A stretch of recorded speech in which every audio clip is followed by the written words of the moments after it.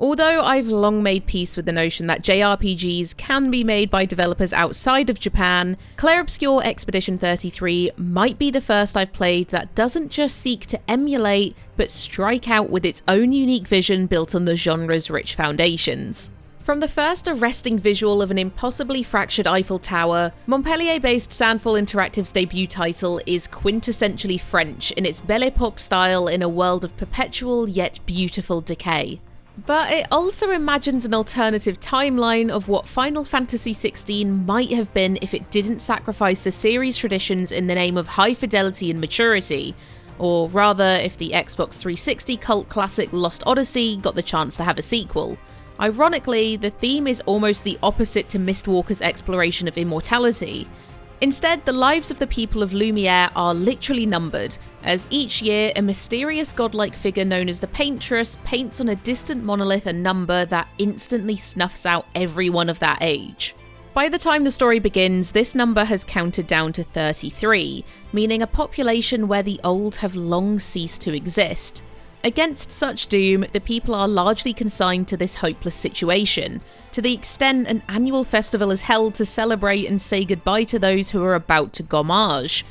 Yet this also follows with an expedition made up of members whose numbers will be next, making their last act of defiance to reach and kill the Paintress in a bid to break this cycle of death. A party of world-weary 32-year-olds who have all experienced unimaginable loss is then something of a change from the usually wide-eyed teenage protagonists of JRPGs, albeit with just as impeccable fashion sense. But as telegraphed by all the failed expeditions that have come before them, this is also essentially a suicide mission. Those stakes are rammed home almost immediately after the prologue, where upon arriving on the mysterious continent, your expedition has encountered the first of the story's many rug pulls, and it becomes apparent you genuinely won't know if everyone will make it through this alive. The high stakes of Clair Obscur Expedition 33's story also translates to its hybrid take on turn-based battles. While its command menus look every bit as dynamic as Persona or Metaphors, and action-based inputs might have you thinking of Paper Mario, a more accurate comparison is Sekiro Shadows Die Twice. It even shares some of From Software's elements like limited heals that only refill after resting at checkpoints, which also respawns enemies. That is to say, it tests your nerves and every battle feels far from trivial.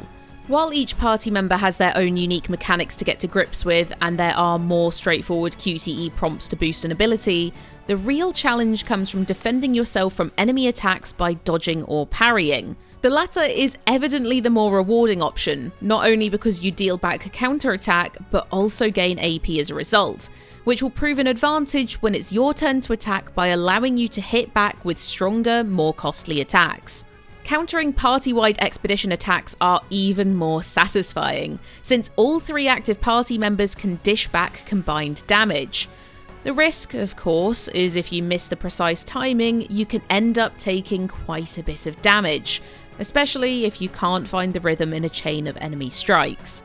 Dodging, meanwhile, has a more generous window, and if you misread an enemy's attacks, there's even a chance you can dodge it again just in time. Once I humbly accepted I wasn't going to be a parry wizard, it became more tactical to dodge the long combos, until I felt confident on which attack patterns I had memorised perfectly.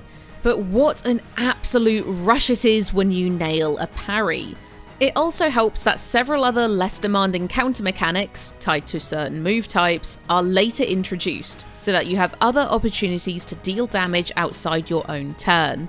Similar to other RPGs, party members and enemies are also susceptible to elemental weaknesses or status effects, though ultimately they feel secondary to parrying.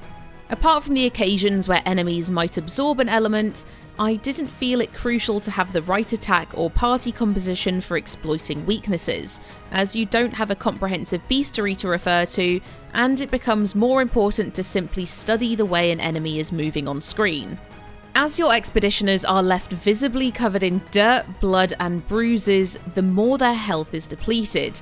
It really drives home how each hard-won battle is earned, and that these defensive mechanics aren't gimmicks you can opt out of. Even lowering the difficulty to story mode won't get you off scot-free.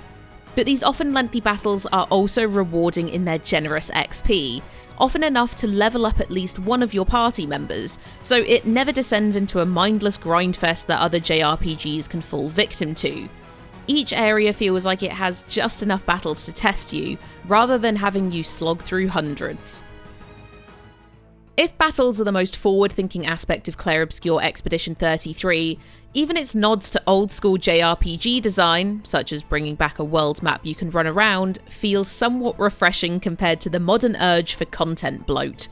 Given the already impressionistic abstraction in this world, where you find yourself exploring underwater locales on foot and looking up to see environments floating and fractured in suspended animation, it's fair to say I never found the idea of realistic-looking characters on diorama-sized maps out of place. I almost wish this was something that Final Fantasy VII Rebirth did, instead of overwhelming me with open-world distractions that get in the way of the story. That isn't to say there aren't optional extras, as there are still plenty of secrets to discover both in the overworld and the dungeon areas. There's interesting collectibles, such as journal entries from past expeditions where you can find out how they met their untimely ends, outfits and hairstyles for your party members, as well as treasure chests that make good use of the guns you can also free aim with in battle to unlock.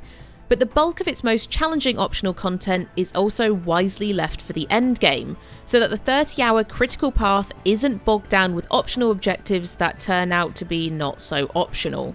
It does then strike me a bit odd that it nonetheless includes a form of social links, a modern JRPG staple, that occurs whilst resting at a camp in the overworld, but which is also introduced relatively late.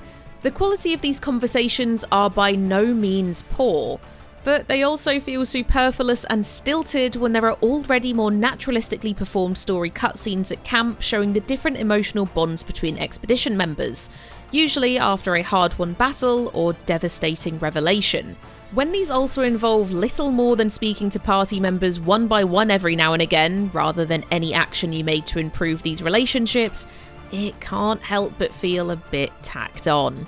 Instead, one modern feature I would have preferred is a minimap for dungeons, as I did sometimes find my sense of direction disoriented when some routes to secrets inevitably loop you back to an area you had previously been, or especially as battles whisk you away to a separate arena and, upon returning to the map, I found I wasn't always facing the same direction as before.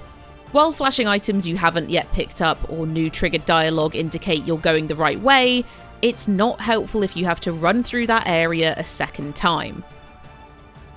These minor criticisms, however, fall by the wayside when in the grip of Clair Obscur Expedition 33's epic story that examines big weighty themes like loss, life, and the will to keep going despite overwhelming odds. It's further turbocharged with a beautifully sweeping score, its enchanting themes accompanied by heartbreaking French soprano vocals destined to linger in the same way as the music of Nier. But like that cult series, this is also no one-noted hammer-up melodrama trying to force your tear ducts into working overtime. On the contrary, there's a reason to feel for every member of this expedition, and it's all anchored by a fantastic script and pitch-perfect casting that includes screen veterans like Andy Serkis and acclaimed voiceover talent like Ben Starr giving nuanced performances. My personal standout would have to be Maëlle, voiced by the excellent Jennifer English, who has chosen to join this expedition despite being only half the age of its other members, but holds her own with a sardonic wit.